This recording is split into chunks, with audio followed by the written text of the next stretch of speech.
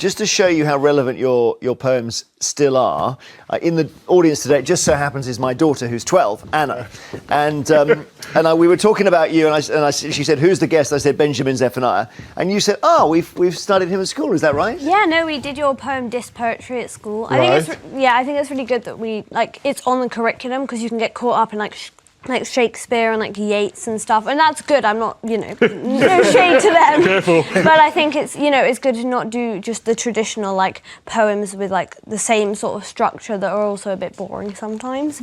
But like your poem was really interesting and really different, so I really enjoyed it. Did you have a question for Benjamin? Yeah, how long does it normally take you to write a poem? Because Wow. Well, it's interesting. It can take days, it can take months, it can take weeks. But some of the best poems happen really quickly. Some of the best poems just come in a moment of inspiration. So it really varies, like a question, how long is a piece of string? Sometimes you can struggle to write a piece for days and you write it and it's not that good. And then you decide to go out for a walk or a jog or something and a brilliant piece just comes to you. So for me, the best pieces, the most memorable pieces, certainly the pieces I perform, they happen really quickly. Having said that, sometimes it takes an hour to write it down, but I've been thinking about it for days.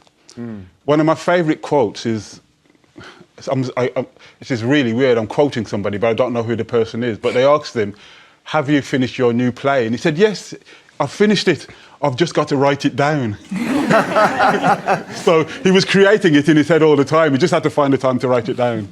So, well, thank you for your question. Yeah. Thank you. I mean, isn't that great that the kids still studying your poems now? Well, yeah, let me tell you a story. Many years ago, there was a young boy that was playing truant, and I was doing a tour of libraries. It was in the daytime, and he was playing truant to come to my poetry readings.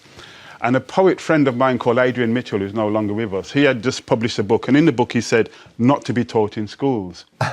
And I was just about to have a book published, and I said to the audience, Adrian Mitchell did this book, and he's got not to be taught in schools, and I was going to do the same thing. And this kid turned around to me and he said, "Benjamin, if your books were in school, I'd go to school." Ooh. And that changed my mind That's so immediately. powerful, yeah. So powerful.